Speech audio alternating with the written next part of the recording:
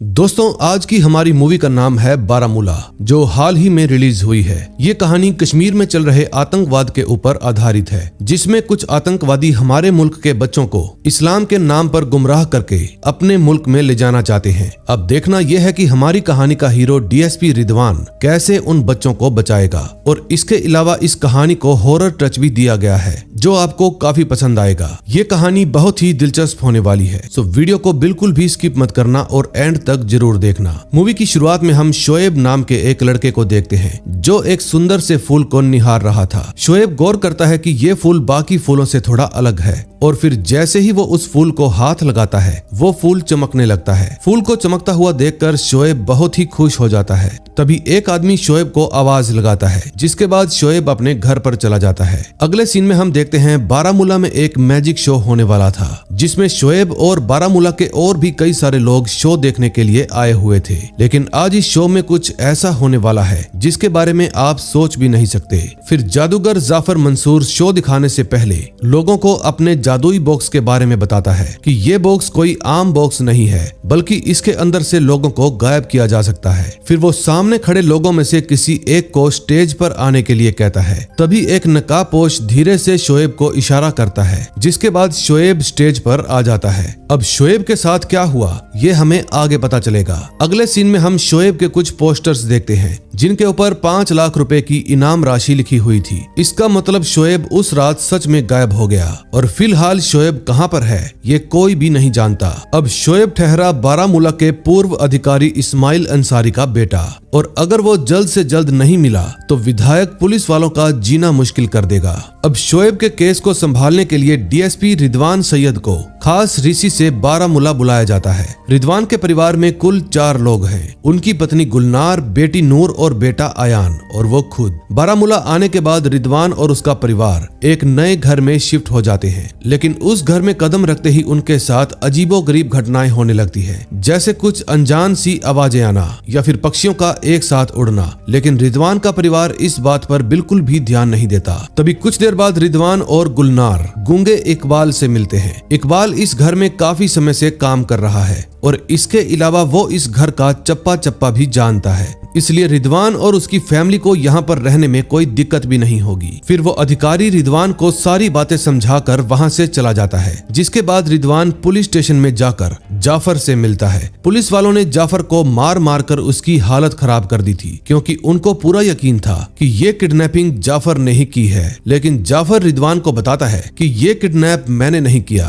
फिर रिदवान जाफर को लॉकअप से बाहर निकलवा कर उसको वही जादू दोबारा करने के लिए कहता है। फिर जाफर अपने जादू को दोहराते हुए बताता है कि इस बॉक्स की एक खासियत है। दरअसल जाफर के जादुई बॉक्स में एक पतरा लगा हुआ है, जिसमें आदमी सामने से गायब होकर पीछे की तरफ आ जाता है। जाफर को पता था कि शोएब भी सामने से गायब होकर पीछे की तरफ आ जाएगा, और यही इस जादुई बॉक्स का खेल है। लेकिन जब जाफर ने अपना जादू खत्म करते हुए वो बीच का पतरा हटाया, तो शोएब वहाँ पर था ही नहीं, बल्कि बॉक्स में शोएब के कटे हुए बाल थे, जिसका मतलब कोई किडनैपर या सीरियल किलर शोएब को उठा कर ले गया। फिर जाफर की पूरी कहानी सुनने के बाद रिजवान को यकीन हो जाता है कि शोएब का किडनैप जाफर ने नहीं बल्कि किसी और ने किया है। फिर रिजवान सस्पेक्ट लिस्ट में से जाफर की तस्वीर हटाकर एक अनजान आदमी की फोटो चिपका देता है। लेकिन ऑफिसर शौकत रिजवान को समझाता है कि आप बहुत बड़ी गलती कर रहे हो, ये केस पानी की तरह साफ है। लेकिन तभी रिजवान कहता है कि तुम उन बालों को ध्यान से देखो,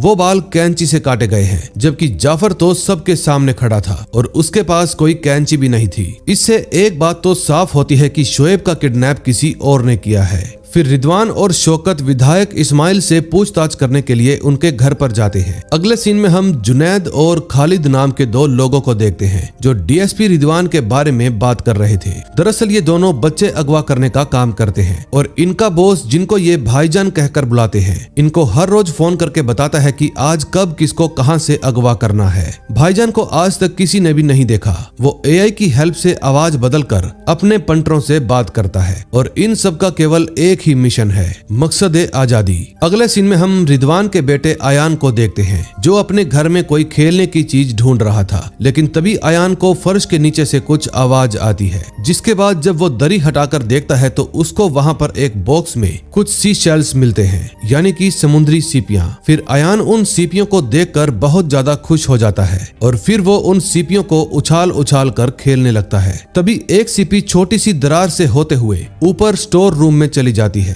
फिर आयान उस दरार की तरफ देखने लगता है, लेकिन तभी उसको किसी के कदमों की आवाज आती है, जैसे उस स्टोर रूम में कोई हो। फिर वो उस आवाज को चेक करने के लिए ऊपर चला जाता है, लेकिन वो स्टोर रूम के अंदर जाता इससे पहले ही गुलनार आयान को खाने के लिए आवाज लगा देती है। अब उस स्टोर रूम में कौन था ये हमें आगे पता चलेगा। तभी खाना खाते वक्त रिदवान और नूरी के बीच में थोड़ी बहस हो जाती है। दरअसल रिदवान और नूरी की शुरू से ही आपस में नहीं बनती। रिदवान बहुत कोशिश करता है कि वो नूरी को खुश रखे, लेकिन नूरी तो लड़ने की कोई न कोई वजह खोज ही लेती है। वो गुलनार को बताती है कि मुझे इस घर में कुछ ठीक नहीं लग रहा। दरअसल नूरी को कुत्ते की लार या उसकी महक से एलर्जी है। वो हमेशा कुत्तों से दूर रहती है, लेकिन जब से नूरी यहाँ पर आई है उसको हर वक्त कुत्तों की ही गंध आती है। लेकिन रिदवान नूरी की इस बात को सुनकर कोई भी जवाब नहीं देता। फिर जब नूरी गुस्से में चिल्लाने लगती है तो रिदवान कहता है कि अगर यहाँ पर कोई कुत्ता होता तो वो जरूर भौंकता, इसलिए बेकार की बातें दिमाग से निकाल दो। फिर नूरी गुस्सा होकर बीच में ही खाना छोड़कर वहाँ से चली जाती है। फिर गुलनार रिदवान को कहती है कि तुम्हें नूरी से ऐसे बात नहीं करनी चाहिए थी। फिर रिदवान भी चिढ़कर कहता है ठीक है, मैं उससे बात नहीं करूंगा। गुलनार नूरी और रिदवान की इस लड़ाई से बहुत ज्यादा परेशान थी। उसको समझ में ही नहीं आ रहा था कि वो इन दोनों को कैसे समझाए, क्योंकि एक तरफ पति है तो दूसरी तरफ बेटी। फिर वो दोनों ही भोजन करने के बाद सो जाते हैं। फिर अगले दिन जब नूरी स्कूल में जाने लगती है तो वो देखती है कि इकबाल एक प्लेट में मछली और चावल लेकर स्टोर रूम में जा रहा है। ये बात नूरी को थोड़ी अजीब लगती है, क्योंकि जब स्टोर रूम में कोई है ही नहीं तो इकबाल ये खाना किसके लिए ले जा रहा है। फिर वो भी इकबाल के पीछे पीछे स्टोर रूम के पास आ जाती है, लेकिन जब वो दरवाजे के नीचे से झांक कर देखती है तो अचानक से आयान वहाँ पर आकर नूरी को डरा देता है। फिर नूरी आयान को पीटने के लिए उसके पीछे चली जाती है, लेकिन ये राज अभी भी अधूरा है कि इकबाल खाना किसके लिए लेकर गया था। तभी कुछ देर बाद नूरी और आयान अपने घर के नीचे कुछ बच्चों को देखते हैं जो दीवार की तरफ देखकर हंस रहे थे। फिर नूरी को अंदाजा हो जाता है कि ये बच्चे क्यों हंस रहे हैं। फिर वो दौड़कर नीचे चली जाती है। फिर नूरी और गुलनार देखते हैं कि उनकी दीवार के ऊपर काफिर लिखा हुआ है। अब ये सब देखकर नूरी उदास हो जाती है, क्योंकि ये कोई पहली बार इनके साथ नहीं हो रहा। फिर नूरी उदास होकर अपने कमरे में चली जाती है। दूसरी तरफ रिदवान और शौकत जब एमएलए साहब से पूछताछ करने के लिए गए तो इस्माइल उन दोनों पर चिल्लाने लगता है। दरअसल इस्माइल इस बात से नाराज है कि रिदवान जाफर से पूछताछ करने की बजाय किसी दूसरे से ही पूछताछ कर रहा है। फिर रिदवान इस्माइल को समझाता है कि जाफर गुनहगार हो या ना हो, लेकिन बयान तो आपको भी देना होगा। फिर इस्माइल रिदवान की बात मान जाता है और शोएब के बारे में बताना शुरू कर देता है। लेकिन इस्माइल से बात करते वक्त रिदवान देखता है कि इस्माइल की पत्नी पीछे खड़ी होकर उनकी बातें सुन रही है। तभी उसकी नजर एक तस्वीर पर पड़ती है जिसमें शोएब अपने दो दोस्तों के साथ खड़ा था। फिर वो चुपचाप उस तस्वीर की एक फोटो खींच लेता है, जिसके बाद वो शौकत के साथ बाहर आ जाता है। फिर वो शौकत को ऑर्डर देता है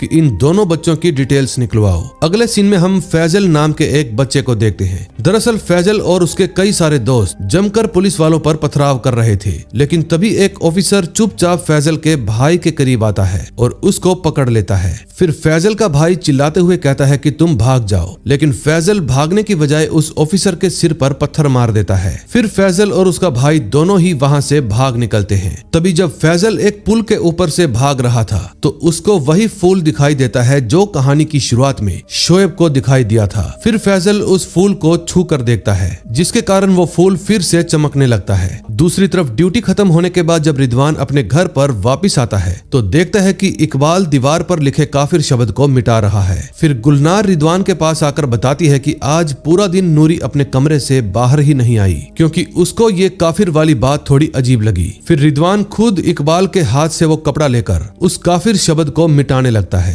तभी रिदवान की उंगलियां कांपने लगती है, जैसे बरसों पुराना कोई जख्म फिर से ताजा हो गया हो। अब रिदवान की उंगलियां क्यों कांप रही थी और ऐसी ऐसी कौन सी बात है जिसकी वजह से रिदवान और उसका पूरा परिवार तनाव में है। ये सारे राज थोड़ी ही देर में खुलने वाले हैं। फिर नेक्स्ट डे रिदवान शोएब के साथ स्कूल में जाकर उन दोनों बच्चों से बातचीत करता है। वो बच्चे रिदवान को बताते हैं कि शोएब पहले हमारा बहुत अच्छा दोस्त हुआ करता था, लेकिन फिर एक आदमी अपनी बड़ी सी मर्सिडीज लेकर उससे मिलने के लिए आने लगा। उस आदमी से मिलने के साथ शोएब का स्वभाव पूरी तरह से बदल गया। जो शोएब पहले पढ़ाई में टॉप किया करता था, अब वो गंदी गंदी गालियां देने लगा था। उस बच्चे की बात सुनकर रिदवान समझ जाता है कि जरूर उस आदमी में ही कुछ गड़बड़ होगी जो शोएब से मिलने के लिए आया करता था। फिर रिदवान शोएब की स्कूल टीचर जेना से बात करता है और उनसे भी इस बारे में कंफर्म कर लेता है। रिदवान को अब समझ में नहीं आ रहा था कि शोएब अचानक से इतना बदल कैसे गया। तभी रिदवान की नजर अपनी बेटी नूरी पर पड़ती है। फिर वो नूरी को आवाज लगाता है, लेकिन नूरी उसको इस तरह से इग्नोर करती है जैसे वो रिदवान को जानती ही नहीं। तभी रात के वक्त जब नूरी अपने मोबाइल में फ्रेंड रिक्वेस्ट चेक कर रही थी तो उसको एक नई फ्रेंड रिक्वेस्ट आती है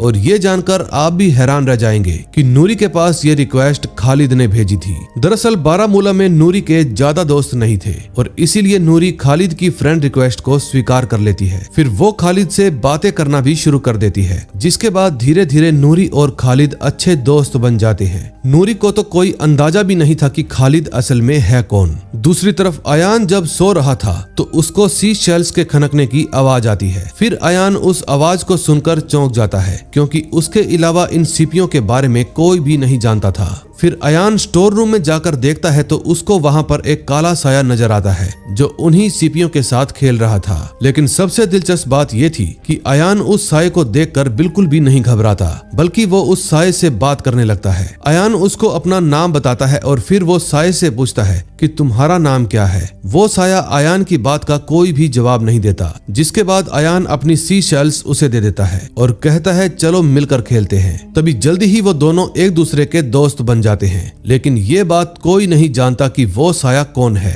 और यहाँ पर कहां से आया। अगले सीन में हम फैजल को देखते हैं जो अपनी फैमिली के साथ मछली पकड़ने के लिए आया हुआ था। फैजल और उसके माता पिता सभी अलग अलग नावों में बैठकर मछलियां पकड़ रहे थे, लेकिन तभी फैजल को सामने धुंध में से कुछ आवाज सी आती है, जैसे वो कोहरा उसको अपनी तरफ बुला रहा हो। फिर फैजल भी उस धुंध की तरफ बढ़ने लगता है। तभी कुछ देर बाद फैजल की नाव नदी किनारे वापस लौट आती है, लेकिन उस नाव में फैजल नहीं था। अब पिछली बार की तरह इस बार भी किडनैपर ने फैजल के काटे हुए बाल वहीं पर छोड़ दिए। अब फैजल कहां पर गया ये कोई नहीं जानता। रिदवान को समझ में नहीं आ रहा था कि आखिर ये किडनैपर है कौन और उन बच्चों से क्या चाहता है। तभी अगले सीन में हम अफजल नाम के एक आदमी को देखते हैं जो जुनैद और खालिद की तरह भाईजान के लिए ही काम किया करता था। फिर जब अफजल जुनैद से मिलने के लिए जाता है तो उसको पता चलता है कि पुलिस ने जुनैद के अड्डे को चारों तरफ से घेर रखा है। फिर जुनैद फौरन अपना लैपटॉप और बाकी चीजें अपने बैग में भर लेता है ताकि पुलिस को वहां पर कोई भी सुराग ना मिले। जिसके बाद वो और अफजल दोनों ही मकसद आजादी को अंजाम देने के लिए निकल पड़ते हैं। अब जो चाय वाला पुलिस को यहाँ पर लेकर आया था, अफजल दरवाजे के अंदर से उसको शूट कर देता है। तभी देखते ही देखते दोनों तरफ से धुआंधार फायरिंग शुरू हो जाती है, जिसके कुछ देर बाद पुलिस को दरवाजे के नीचे से खून बाहर आता हुआ दिखाई देता है, यानी कि अंदर जो भी लोग थे वो मारे गए। फिर पुलिस वाले पूरी सावधानी के साथ दरवाजा खोलते हैं, लेकिन हैरान करने वाली बात ये थी कि उस जगह पर केवल अफजल की लाश पड़ी थी, यानी कि जुनैद सारे सबूत लेकर भाग गया था। फिर पुलिस उस जगह की तलाशी लेना शुरू कर देती है, जिसके बाद उनको कूड़े के डिब्बे में से एक पेन ड्राइव मिलती है। अब इस पेन ड्राइव में क्या है और क्या रिदवान इसकी हेल्प से किडनैपर तक पहुंच जाएगा, इन सभी सवालों के जवाब हमें थोड़ी ही देर में मिल जाएंगे। फिर जुनैद और खालिद एक सुरक्षित जगह पर जाकर भाईजान से बात करते हैं। फिर जुनैद भाईजान को समझाता है कि हमें ये मिशन रोकना होगा क्योंकि पुलिस ने हाई अलर्ट जारी कर दिया है, लेकिन जवाब में भाईजान उसको कहता है कि अब हम पीछे हटने वाले नहीं हैं। तुम्हारे पास सिर्फ 7 दिन है और इन 7 दिनों में टारगेट हमारे कब्जे में होना चाहिए। फिर जुनैद मकसद आजादी का नाम लेकर फिर से अपने काम पर लग जाता है। अब वो नूरी को पूरी तरह अपने जाल में फंसा लेता है और कहता है कि कल स्कूल खत्म होने के बाद मैं तुम्हें पिक करने के लिए आऊंगा। फिर नूरी भी जुनैद को अपना दोस्त समझकर उसको हाँ कह देती है, लेकिन तभी नूरी को किसी की आहट सुनाई देती है, जैसे कोई दरवाजे पर खड़ा होकर नूरी को देख रहा हो। फिर नूरी टॉर्च लेकर जब उस साये का पीछा करने लगती लगती है तो उसको जमीन पर एक हड्डी पड़ी मिलती है जिसके ऊपर कुत्ते की लार लगी हुई थी। तभी नूरी गलती से उस हड्डी को उठाकर सूंघ लेती है और फिर अचानक से उसकी एलर्जी बढ़ जाती है और उसकी तबीयत खराब हो जाती है। दूसरी तरफ गुलनार जब सो रही थी तो उसको भी अजीब अजीब से सपने आने लगते हैं। फिर अलमारी के अंदर से एक तेज आवाज आती है जिसकी वजह से गुलनार की नींद खुल जाती है। जब गुलनार उस अलमारी के पास जाकर देखती है तो अलमारी के अंदर का दृश्य देखकर उसके होश उड़ जाते हैं। दरअसल अलमारी के अंदर सभी बोतल्स और डिब्बे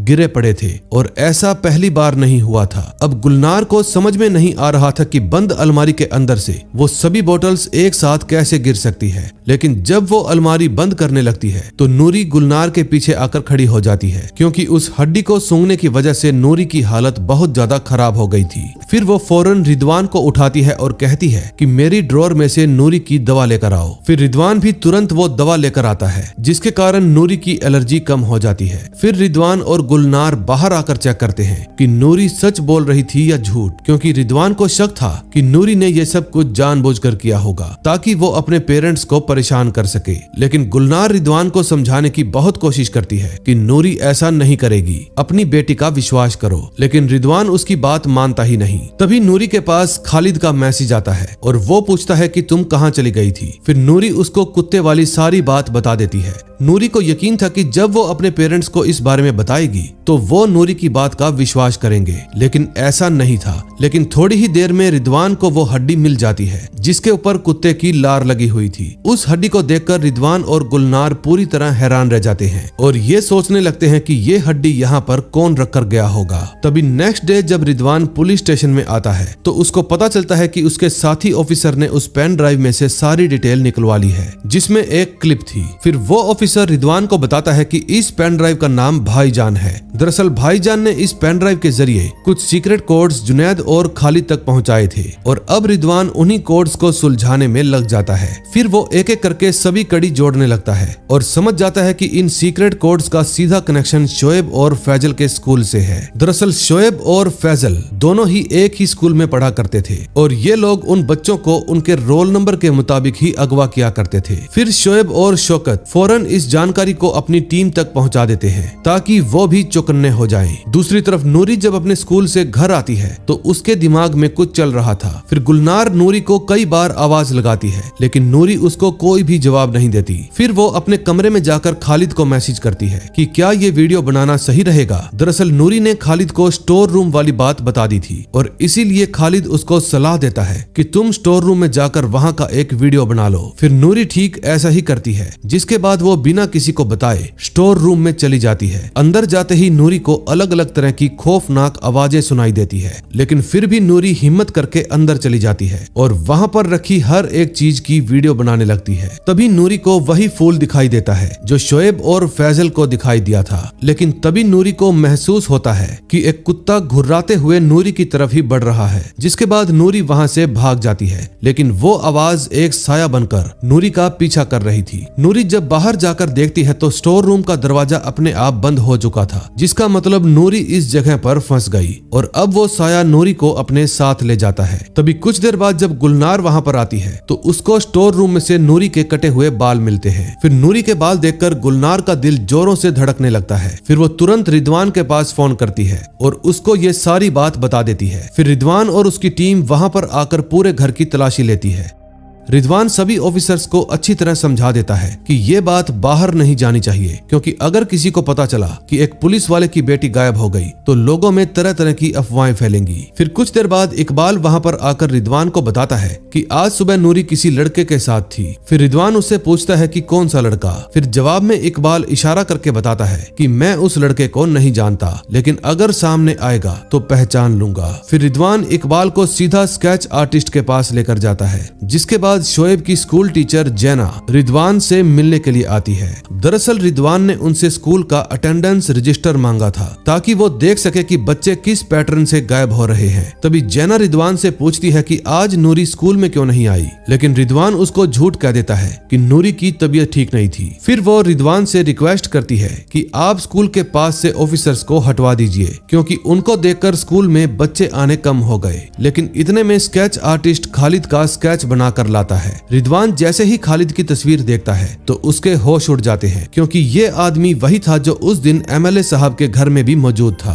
फिर रिदवान एक एक करके सभी बातों को जोड़ना शुरू कर देता है। दरअसल उस दिन एमएलए की बीवी इसलिए डरी हुई थी क्योंकि वो खालिद के बारे में जानती थी। फिर वो फौरन एमएलए की बीवी से पूछताछ करने के लिए निकल पड़ता है, लेकिन जाने से पहले वो जैना को वो तस्वीर दिखाता है ताकि जैना ये फोटो अपने स्टाफ को दिखाकर इस आदमी के बारे में पता लगा सके। फिर रिदवान एमएलए की वाइफ को एक अलग जगह पर बुलाकर उनसे पूछताछ करते हैं। वो रिदवान को बताती है कि इस आदमी का पूरा नाम खालिद दर है। जब शोएब का स्वभाव बदलने लगा तो मुझे इस आदमी पर शक हो गया कि जरूर इस आदमी में कुछ गड़बड़ है, और बाद में मुझे पता चला कि खालिद शोएब को एक आतंकवादी बनने के लिए भड़का रहा था। उसने शोएब को पूरी तरह से बदल दिया था और गायब होने से पहले शोएब की जुबान पर बस एक ही बात थी, मकसद आजादी। इसका मतलब शोएब, फैजल और जितने भी बच्चे अब तक गायब हुए हैं, खालिद और जुनैद उन सब को आतंकवादी बनाने के लिए गायब कर रहे थे। फिर सारी बातें जानने के बाद रिदवान उनसे पूछता है कि क्या एमएलए साहब को इस बारे में पता है, लेकिन रिदवान के ऐसा पूछते ही एमएलए की बीवी तुरंत वहां से चली जाती है। अब एमएलए को ये सब पता है या नहीं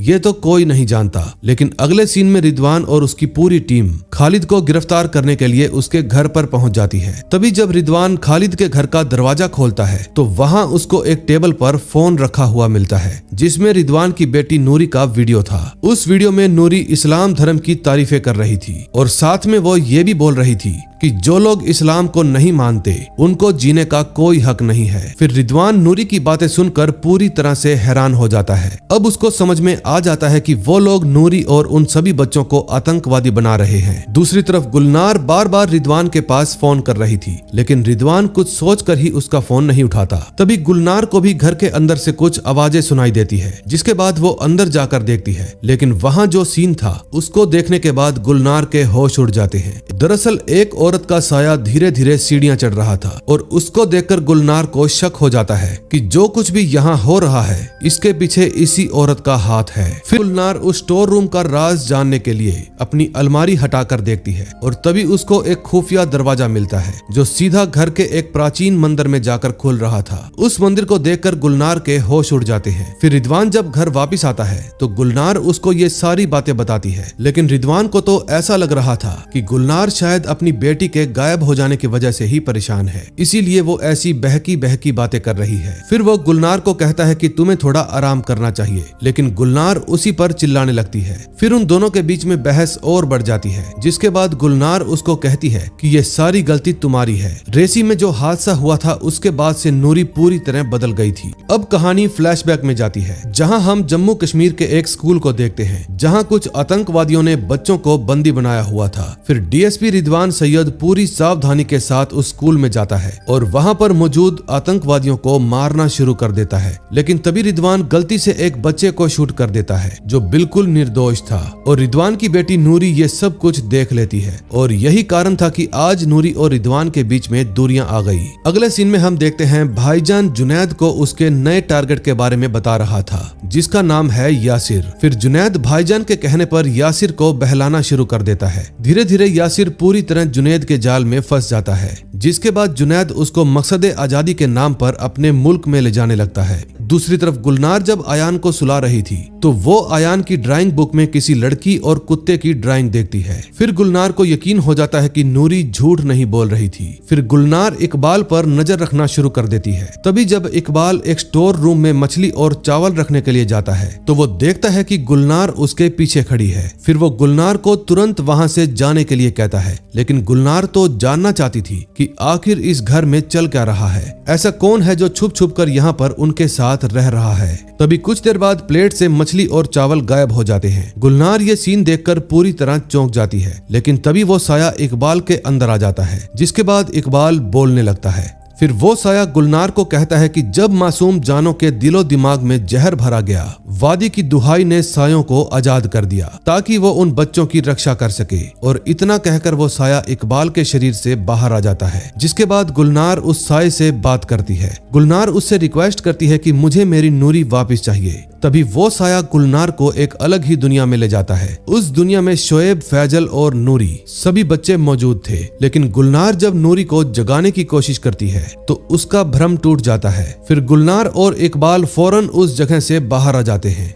अगले सीन में हम देखते हैं कश्मीर की जनता बच्चों के गायब हो जाने की वजह से काफी ज्यादा भड़की हुई थी और इन सब का दोषी डीएसपी रिदवान को ही ठहराया जा रहा था, क्योंकि रिदवान ने अभी तक कोई भी एक्शन नहीं लिया। इस अफड़ा तफड़ी के बीच एक अच्छी खबर ये भी थी कि खालिद जब बॉर्डर क्रॉस कर रहा था तो वो पकड़ा गया। फिर पुलिस वाले खालिद को टॉर्चर करना शुरू कर देते हैं, लेकिन खालिद अपने मुल्क और मकसद के बारे में सोचकर उनको कुछ भी नहीं बताता। फिर कुछ देर बाद रिदवान खुद खालिद से पूछताछ करने के लिए आता है। अब रिदवान के लिए ये बात बर्दाश्त से बाहर हो चुकी थी, क्योंकि वो अपना मुंह खोल ही नहीं रहा था। फिर रिदवान खालिद के मुंह में अपनी बंदूक ठूस देता है और पूछता है, बता वो बच्चे कहाँ हैं। फिर जब खालिद उसे उन बच्चों के बारे में बताने लगता है तो वहाँ पर एक ऑफिसर आकर रिदवान को बताता है कि बाहर गुलनार मैडम आपसे मिलने के लिए आई है। फिर रिदवान खालिद को वहीं पर छोड़कर गुलनार से मिलने के लिए चला जाता है। तभी गुलनार रिदवान को बताती है कि वो बच्चे उसी घर में हैं, और वहीं दूसरी तरफ खालिद उस ऑफिसर को बताता है कि हम भाईजान नाम के एक आदमी के लिए काम करते हैं। भाईजान को आज तक किसी ने भी नहीं देखा,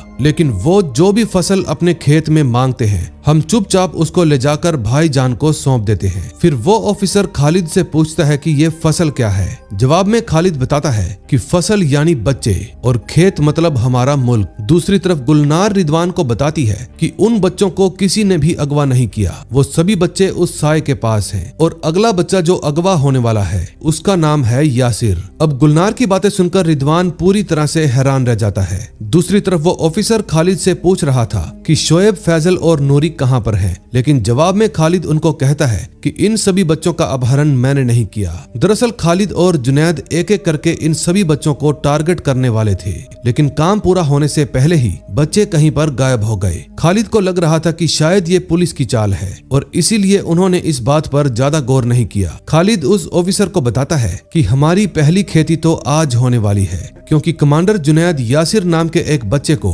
पाकिस्तान ले जा रहा है। फिर रिदवान फौरन यासिर को बचाने के लिए निकल पड़ता है। तभी जब जुनैद का आदमी यासिर को चुपचाप से ले जा रहा था तो रिदवान उसको शूट कर देता है। फिर यासिर उस आदमी की गन लेकर भागने लगता है, लेकिन रिदवान काफी दूर तक यासिर का पीछा करने के बाद उसको एक पेड़ के नीचे रोक लेता है। फिर यासिर रिदवान के ऊपर गन तान देता है, क्योंकि वो किसी भी हाल में जेल नहीं जाना चाहता था। फिर रिदवान उसको समझाता है कि कोई भी तुम्हें जेल में नहीं डालेगा, इसलिए प्लीज अपनी गन नीचे कर दो। फिर यासिर उसकी बात मान लेता है। इतने में वो साया पेड़ के अंदर से यासिर के करीब आता है और यासिर को अपनी ओर खींच लेता है। उस समय रिदवान दूर खड़ा ये सब कुछ देख रहा था और उसको इस बात पर यकीन ही नहीं होता कि एक पेड़ ने उसकी आंखों के सामने यासिर को निगल लिया। तभी जुनैद भाईजान को खबर देता है कि हमारा मिशन फिर से फेल हो गया है। फिर भाईजान कहते हैं कि तुम कुछ दिनों के लिए अंडरग्राउंड हो जाओ, क्योंकि हमारा खास आदमी खालिद पकड़ा गया है। फिर जुनैद भाईजान की बात सुनकर फोन काट देता है, लेकिन उसके चेहरे को देखकर साफ साफ समझ में आ रहा था कि वो इतना आसानी से डीएसपी रिदवान का पीछा नहीं छोड़ने वाला।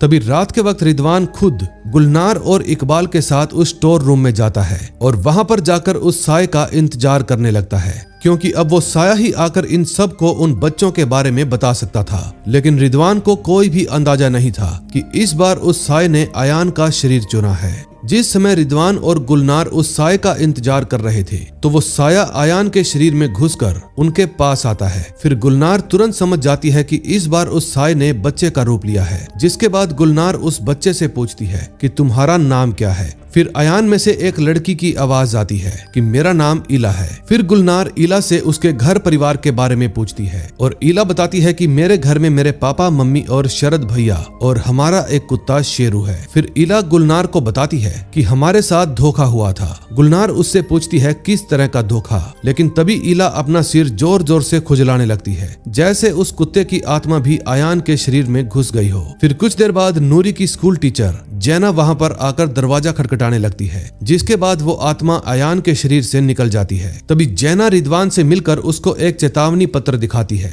जिसके ऊपर लिखा हुआ था कि हिंदुस्तान के लिए जासूसी करने वालों की एक ही सजा है, उनका सिर धड़ से अलग कर दिया जाए। फिर रिदवान समझ जाता है कि अब वो लोग जैना को नहीं छोड़ेंगे। फिर रिदवान जैना के घर पर 24 घंटे पुलिस फोर्स तैनात करने का आदेश देता है, लेकिन तभी कुछ देर बाद रिदवान को पता चलता है कि आसपास के सभी नेटवर्क चले गए हैं। फिर जब रिदवान बाहर अपने ऑफिसर्स जमाल से बात करने के लिए जाता है तो एक गोली आकर सीधा जमाल के सिर में लगती है और उसकी वहीं पर मौत हो जाती है। तभी देखते ही देखते उस घर के चारों तरफ धुआंधार फायरिंग शुरू हो जाती है। दरअसल जुनैद अपने आदमियों को लेकर वहां पर पहुंच गया था और इस वक्त जुनैद के आदमी उस घर को चारों तरफ से घेरे हुए थे। फिर रिदवान अपनी फैमिली को लेकर फौरन ऊपर वाले फ्लोर की तरफ जाने लगता है, क्योंकि उसको समझ में नहीं आ रहा था कि वो इन लोगों से कैसे बचे, क्योंकि गोलियां तो रुकने का नाम ही नहीं ले रही थी। रिदवान अपनी फैमिली की वजह से इस घर से बाहर भी नहीं जा सकता था। तभी जब गुलनार, इकबाल और अयान ऊपर जा रहे थे तो एक गोली आकर गुलनार के पांव में लगती है। फिर रिदवान उसकी चीख सुनकर पावर हाउस को शूट कर देता है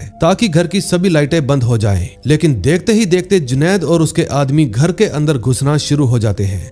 अब जिस समय रिदवान, गुलनार और बाकी के लोग घायल पड़े थे तो घर की लाइटें अचानक से ऑन हो जाती हैं और रिदवान ये सीन देखकर हैरान रह जाता है, क्योंकि उसने तो पावर हाउस को उड़ा दिया था। अब कहानी फ्लैशबैक में जाती है, जहां हम एक डॉक्टर पंडित और उसकी फैमिली को देखते हैं जो कि मुसीबत में फंसा हुआ था। उन दिनों पूरे शहर में आतंकवादियों की वजह से कर्फ्यू लगा हुआ था और पंडितों को उनके घर से निकाल निकाल कर मारा जा रहा था। और यही एक वजह थी कि डॉक्टर साहब अपनी बीवी को साथ लेकर ये घर छोड़कर भागने की तैयारी में थे। अब डॉक्टर साहब चाहते तो उसी वक्त घर छोड़कर कहीं जा सकते थे, लेकिन उनका बेटा शरद अब तक घर नहीं लौटा था, जिसकी वजह से वो लोग उसी जगह पर फंसे रह जाते हैं। उस समय ईला की दोस्त जैनब भी घर के अंदर मौजूद थी। तभी ईला की मम्मी उसको अपने घर पर जाने के लिए कहती है। फिर कुछ देर बाद आतंकवादी ईला के घर में घुस जाते हैं। डॉक्टर साहब उन आतंकवादियों को रोकने की बहुत कोशिश करते हैं ताकि वो लोग ईला तक ना पहुंचे, लेकिन वो आतंकवादी डॉक्टर को खत्म करने के बाद ईला की तरफ बढ़ने लगते हैं। जब ईला और उसकी माँ स्टोर रूम में जा रहे थे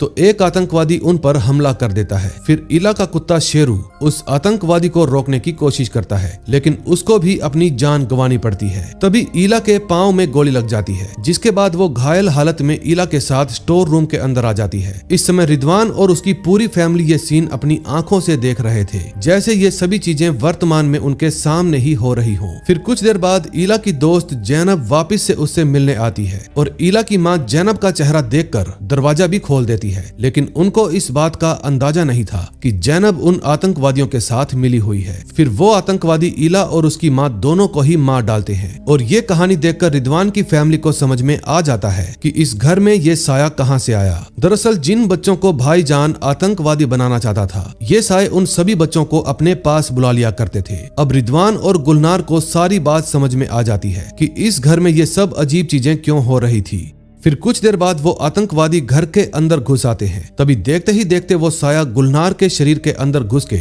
उन सभी की रक्षा करता है, लेकिन बदकिस्मती से अयान को बचाने के चक्कर में इकबाल को अपनी जान गंवानी पड़ती है। लेकिन अब वो सभी आत्माएं उन आतंकवादियों को छोड़ने नहीं वाली थी। शेरू, डॉक्टर साहब और उसका पूरा परिवार रिदवान के परिवार की रक्षा करता है। फिर लास्ट में जुनैद और रिदवान के बीच में लड़ाई शुरू हो जाती है, लेकिन रिदवान काफी ज्यादा घायल था, जिसकी वजह से वो जुनैद का सामना नहीं कर पाता और जुनैद उसको चाकू मारकर वहां से भाग जाता है। लेकिन जुनैद को इस बात का अंदाजा भी नहीं था कि पुलिस ने इस घर को चारों तरफ से घेर लिया है। अब जुनैद का इस घर से भाग पाना लगभग नामुमकिन था। फिर वो खुद की जान बचाने के लिए नूरी की स्कूल टीचर जैना के सिर पर बंदूक रखकर वहां से निकलने की कोशिश करता है। बाहर खड़े ऑफिसर्स जैना को बचाने के लिए अपनी गन नीचे कर देते हैं, लेकिन तभी एक गोली सीधा जैना के सिर पर आकर लगती है। और ये जानने के बाद आप भी हैरान रह जाओगे कि ये गोली किसी और ने नहीं बल्कि गुलनार ने चलाई थी, जो इस समय एक साये के काबू में थी। फिर रिदवान जुनैद को शूट कर देता है, जिसके बाद वो साया गुलनार के शरीर से चला जाता है। अब गुलनार और रिदवान जुनैद के पास आकर खड़े हो जाते हैं। फिर रिदवान जुनैद के फोन से भाईजान के पास फोन लगाता है, लेकिन हैरान करने वाली बात यह थी कि भाईजान के नंबर पर कॉल लगाने पर वो फोन जैना के फोन पर लग जाती है, यानी कि भाईजान कोई और नहीं बल्कि जैना खुद थी। अब गुलनार को सारी बात समझ में आ जाती है। दरअसल जैना ही वो लड़की है जिसने ईला के परिवार के साथ गद्दारी की थी और इसीलिए इन आत्माओं ने गुलनार के जरिए जैना को मार दिया। फिर सभी बच्चे उस साये की कैद से आजाद हो जाते हैं और जो बच्चा जहां से गायब हुआ था वो वापस उसी जगह पर पहुंच जाता है। फिर रिदवान अपनी बेटी नूरी और गुलनार को अपने गले से लगा लेता है और फिर वो सभी मिलकर डॉक्टर साहब की फैमिली को थैंक यू कहते हैं, क्योंकि उन्होंने ही उनकी फैमिली की रक्षा की थी। तभी कहानी के अंत में हम देखते हैं सब कुछ पहले जैसे ठीक हो जाता है। नूरी अपनी फ्रेंड लिस्ट से खालिद का नाम हटा देती है और फिर कुछ समय बाद रिदवान और उसकी पूरी फैमिली ये घर छोड़कर कहीं और चले जाते हैं और इस मूवी का एंड हो जाता है। तो दोस्तों, अगर आपको ये स्टोरी अच्छी लगी हो तो प्लीज वीडियो को लाइक करके चैनल को सब्सक्राइब कर दें। हम मिलेंगे ऐसी ही और मजेदार मूवी के साथ। Till then bye bye.